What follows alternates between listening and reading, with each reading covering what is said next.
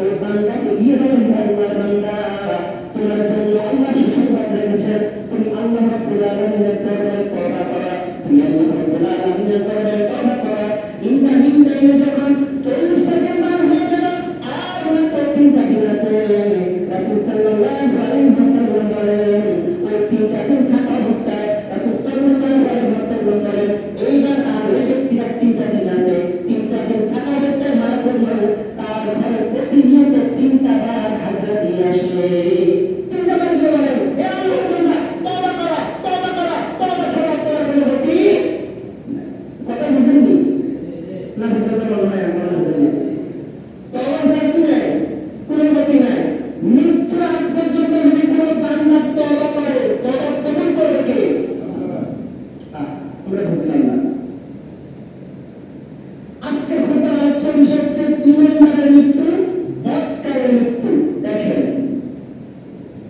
আল্লাহ রাব্বুল আলামিন যখন এই ইমানদারের মৃত্যু ঘটাবেন, 40টা দিন পরে যখন ওই বান্দা আল্লাহ রাব্বুল আলামিনের দরবারে তওবা করবে, তওবা করার পরে ওই বান্দা যখন একদম মাসুম হয়ে যাবে, এইবার ইমানদারের মৃত্যু কেমন ঘটাবে? আপনি যদি ইমানদার হতে পারেন, আল্লাহ রাব্বুল আলামিন বলেছেন, ইমানদার যদি কোনো ব্যক্তি হয়, ওই ব্যক্তির ঘরে যদি মালাকুল মউত আসে, আসার পরে আপনার দরজায় দাঁড়িয়ে মালাকুল মউত আপনাকে একটা সালাম দেবে। সুবহানাল্লাহ। কি দিবে? আমরা মুসলমান কথা বুঝলেন? কথা বলেন না, কি দিবে? একটা সালাম দিল। সালাম দিয়ে বলবেন, আসসালামু আলাইকুম ইয়া আল্লাহর হাবিব, ইয়া আল্লাহর বান্দা, আমার আল্লাহ আমাকে পাঠিয়েছেন আপনার রূহটা নেওয়ার জন্য। আল্লাহ আকবার বলেন না? মানে কথা কি শুনলেন? আমার আল্লাহ পাঠিয়েছেন আপনার রূহটা নেওয়ার জন্য। এইবার ইমানদার বান্দা বলবেন, আদ-দুনিয়া সিজনুল মুমিনিন, দুনিয়া হচ্ছে ইমানদারের জন্য জেলখানা, বেঈমানরা মনে করে এই দুনিয়া তাদের জন্য বালাখানা। কথা বুঝেননি? বেঈমানরা মনে করবে এই দুনিয়া তাদের জন্য বালাখানা। আর আল্লাহ রাব্বুল আলামিন বলেছেন, আদ-দুনিয়া সিজনুল মুমিনিন, দুনিয়া হচ্ছে ইমানদারের জন্য একটা জেলখানার মতো। মালাকুল মউত যখন ওই ব্যক্তির নিকটে গেল, যাওয়ার পরে তখন সালাম দিল, তখন বললেন, হে আল্লাহর পেয়ারা বন্ধু, আমার আল্লাহ আমাকে পাঠিয়েছেন আপনার রূহটা কবজ করার জন্য। আপনি যদি অনুমতি দেন, তাহলে আমি আপনার রূহটা আমি সঙ্গে করে নিয়ে যাব। আমি সঙ্গে করে নিয়ে যেতে চাই, আপনি অনুমতি দিবেন? এইবার ওই ইমানদার ব্যক্তি বলেন, আমার আল্লাহ যত ঘোষণা দিয়েছেন, আদ-দুনিয়া সিজনুল মুমিনিন, এই দুনিয়া আমার কাছে আর ভালো লাগে না, এই দুনিয়া আমার কাছে আর ভালো লাগে না। ও আজরাইল, ও মালাকুল মউত, আমার আল্লাহ আপনাকে যে আদেশ দিয়েছেন তা আপনি তাড়াতাড়ি ভাবে কবুল করে নেন। সুবহানাল্লাহ। তাড়াতাড়ি কবুল করে নেন। আমার এই দুনিয়াতে ভালো লাগে না, দুনিয়াতে ভালো লাগে না। এইবার আজরাইল আলাইহিস সালাম বলেন, ও আল্লাহর প্যারা বন্ধু, আমি আপনার রূহটা আমি আপনার মুখ দিয়ে বের করে নিয়ে যেতে চাই। কোথা দিয়ে? মুখটা দিয়ে আমি আপনার রূহটা নিয়ে যেতে চাই। সবকিছু পাবেন তাফসীর ইবনে কাসির, সবচেয়ে বড় তাফসীর, আপনারা খুললেই দ্বিতীয় খণ্ডে সব পেয়ে যাবেন। দেখেন কি বলেছে, আমি আপনার মুখটা দিয়ে রূহটা নিয়ে যেতে চাই। ওই ইমানদার ব্যক্তি বলেন, হে মালাকুল মউত, আল্লাহর মালাকুল মউত, আমি আমার এই মুখ দিয়ে রূহটা নিয়ে যেতে দেব না, কারণ এই মুখটা দিয়ে আমি দুনিয়ায় থাকা অবস্থায় আল্লাহ রাব্বুল আলামিনের কালামুল্লাহ হাকিম দেখে দেখে তেলাওয়াত করেছি। সুবহানাল্লাহ। এই মুখটা আমি দিতে দেব না। তখন আজরাইল আলাইহিস সালাম বলেন, হে আল্লাহর বান্দা, আমি আপনার চোখটা দিয়ে রূহটা নিয়ে যেতে চাই।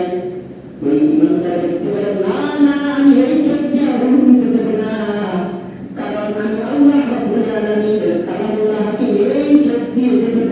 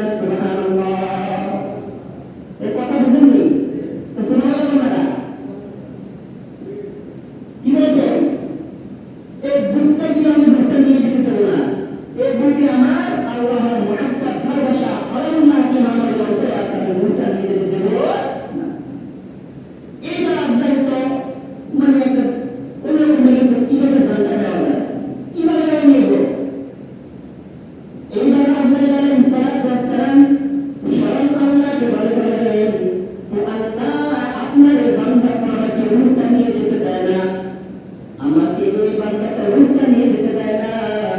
ইন্দা নিন্দা আল্লাহ রাব্বুল আলামিন বলেন, ও আজরাইল, তুমি যদি আমার ইমানদার বান্দার যদি রূপটা নিয়ে যেতে চাও, আমার এই হাবিবের যদি রূপটা নিয়ে যেতে চাও, তাহলে তোমার হাতের ডান হাতের তালুর মধ্যে আমি আল্লাহ রাব্বুল আলামিনের সিফাতি নামটা দেখো। সুবহানাল্লাহ। আমি আল্লাহর সিফাতি নাম তোমার ডান হাতের মধ্যে লেখো, ডান হাতের তালুর মধ্যে লেখো। ইন্দা নিন্দা আল্লাহ রাব্বুল আলামিনের কথা শুনে আজরাইল আলাইহিস সালাম যখন তার ডান হাতের তালুর মধ্যে আল্লাহ নামটা লিখলেন, ইন্দা নিন্দা নামটা যখন ওই ব্যক্তির সামনে রাখলেন, ওই ব্যক্তি দুনিয়াতে আল্লাহ রাব্বুল আলামিনের নামে করা ছিল। ওই ব্যক্তি কোনোদিন কুফরির বিরুদ্ধে বলে নাই, ওই ব্যক্তি কোনো সময় যুদ্ধের বিরুদ্ধে বলে নাই, ওই ব্যক্তি কোনো সময় মুসলমানের বিরুদ্ধে বলে নাই, ওই ব্যক্তি কোনো সময় সুদ খায় নাই, ওই ব্যক্তি কোনো সময় ঘুষ খায় নাই, ওই ব্যক্তি কোনো সময় হরভাত খায় নাই। ওই ব্যক্তি হচ্ছে আমার আল্লাহওয়ালা বান্দা। ওই ব্যক্তি যখন আল্লাহর নামটা দেখবে, ওই ব্যক্তি আল্লাহর নামের নাম হয়ে যাবে। ইন্দামিন তাইনে আজরাইল আলাইহিস সালাম তার হাত দ্বারা প্রতিহত করে ওই ব্যক্তির জানটা সুন্দরভাবে নিয়ে আসবে। সুবহানাল্লাহ। কথা বুঝছেন নি? কেমন ভাবে নিয়ে আসবে? রাসূল সাল্লাল্লাহু আলাইহি ওয়াসাল্লাম বলেন, কোন ইমানদার বান্দারা যখন আজরাইল আলাইহিস সালাম রূহটা আনে, কেমন ভাবে আনে? যেমন ভাবে কোনো কষ্ট হয় না, যেমন ভাবে কোনো দুঃখ হয় না, কেমন ভাবে আনে?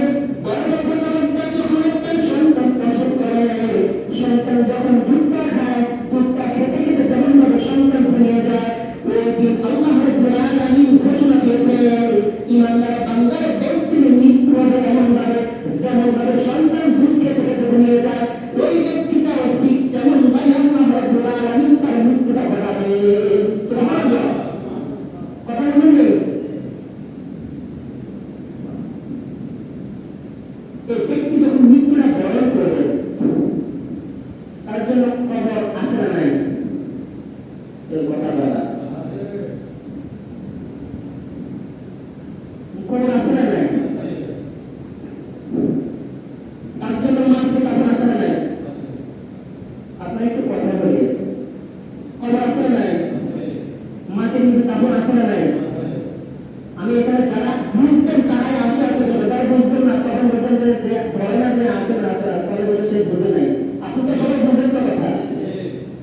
দেখেন, যখন এই বান্দাকে রূহটা নেয়, কিভাবে নেয়? নেওয়ার পরে আমরা দুনিয়াতে জানি মানুষ মৃত্যুবরণ করলে সাদা কাপড় দিয়ে তাকে কি করে? ব্যান্ডেল করে, আছে না? কেন? লাল কাপড়, নীল কাপড়, হলুদ কাপড়, সবুজ কাপড়, কত কাপড় তো আছে, বলেন সাদা কাপড় দিয়ে কেন ব্যান্ডেল করে?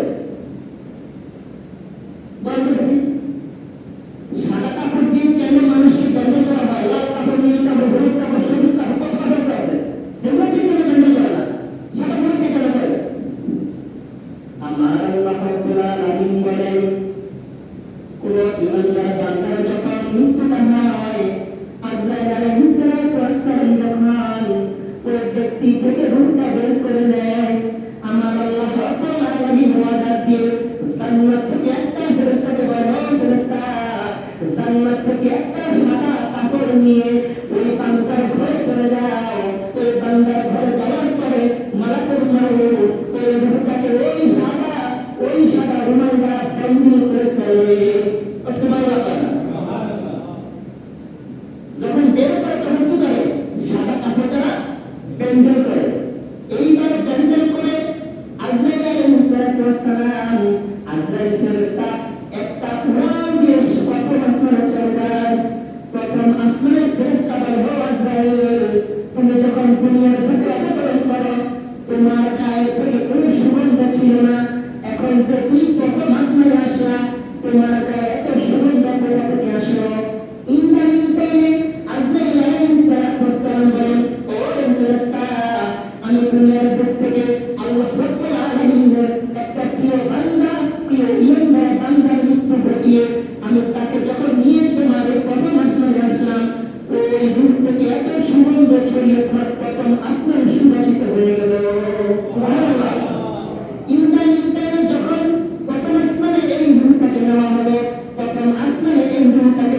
দিব, দ্বিতীয় আসমানে যাওয়ার পরে দ্বিতীয় আসমানের ফেরেশতারা এই মুহূর্তে সালাম দিব, তৃতীয় আসমানে যাওয়ার পরে তৃতীয় আসমানের ফেরেশতারা সালাম দিব, চতুর্থ আসমানে যাওয়ার পরে সালাম দিব, পঞ্চম আসমানে যাওয়ার পরে পঞ্চম আসমানের ফেরেশতারা সালাম দিবে, ষষ্ঠ আসমানে যাওয়ার পরে সালাম দিবে, সপ্তম আসমানে যাওয়ার পরে যখন সালাম দিবে আমার আল্লাহ রাব্বুল আলামিন বলেন ওই ফেরেশতার সামনে নিস না, আমি আমাদের ইমানদার ব্যক্তির জন্য একটা বাড়ি বানাইছি। সুবহানাল্লাহ। আর সামনে নিস না, আমি আমার এই ইমানদার ব্যক্তির জন্য একটা বাড়ি বানাইছি। এই কোরআনের ভাষা হলো বাড়িটার নাম হচ্ছে ইল্লিন। কি নাম? ইল্লিন। কি নাম? কথা বলে না, কি নাম? তুমি ভুলে গেছো নাকি? বাড়িটার নাম কি? ইল্লিন। বড়িটা কোথায়? বাড়িতে। রুটা কোথায়? ইল্লিনে। আহা,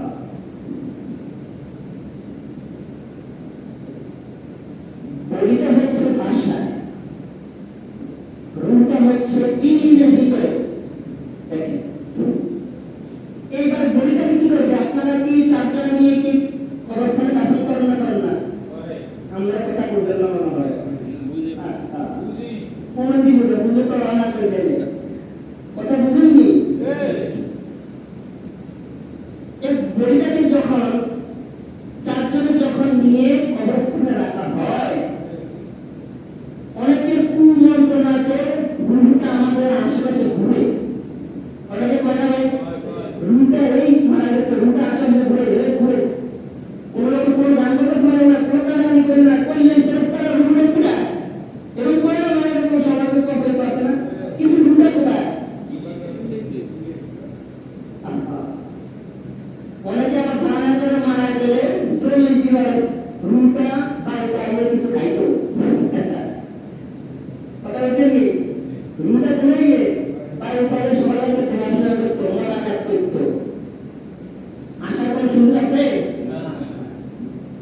দেখেন কবরে যখন এই বান্দাকে রাখবে, ইমানদারের কথা বলতেছি, আমরা জানি যে কবরে তিনটা প্রশ্ন করবে। কয়টা?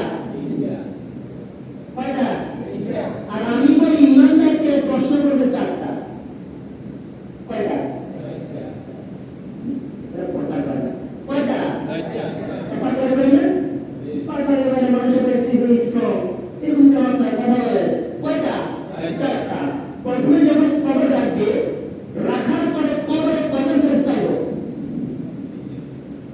কয়জন ফেরেশতা হবে? মুনকার নাকির কয়জন? আর আমি বলি তিনজন। কি বলে? যখন কবরে লাশটা রাখবে, রাখার পরে আল্লাহ রাব্বুল আলামিন কুদরতি করে একটা ফেরেশতা পাঠাবেন, রূহটা নিয়ে যাও, ওই কবরের ভিতরে রূহটা দিয়ে দাও। এখন সাওয়াল জবাব হবে, রূহটা কোথায়? ইল্লিনে। ফেরেশতার মাধ্যমে কবরে পাঠিয়ে দিয়েছে, তো এখন কোথায়? তাহলে পরে দুজন এসে একটা সাওয়াল জবাব করে। প্রথমটা মান রব্বুক, তোমার রবকে, দ্বিতীয়টা মান দীনুক, তোমার দিন